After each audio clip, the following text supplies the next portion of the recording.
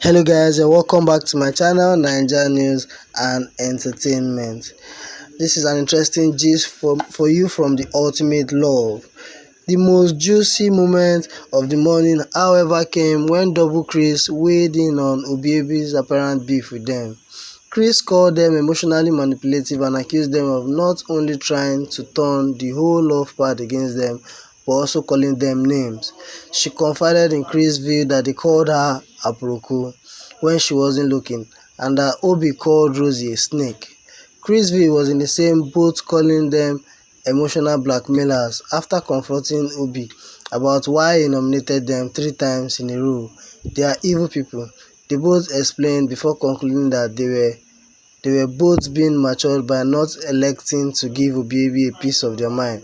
Next time she talks to me, I'm going to give her a piece of my mind. I don't care if she cries. Cry, cry, baby. Okay, Chris and Chris view vows to strike love guests.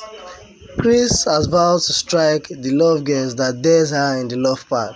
Chris, who is currently rocking a newfound intimacy with her partner Chrisville, got angry while expressing herself to him about the way some housemates roaring at her.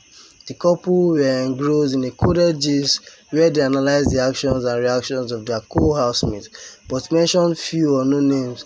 It was however clear the Obichukwu and Ibitenyi were part of the love guests that featured in their gist. Chris stressed that she was not going to take any threats from any love guest. When you strike me, I'm going to strike her back, and she's going to run out of this house. Ibitenyi, let me advise you, pack well. You know you are emotional about everything. We don't want crying scene on this show again.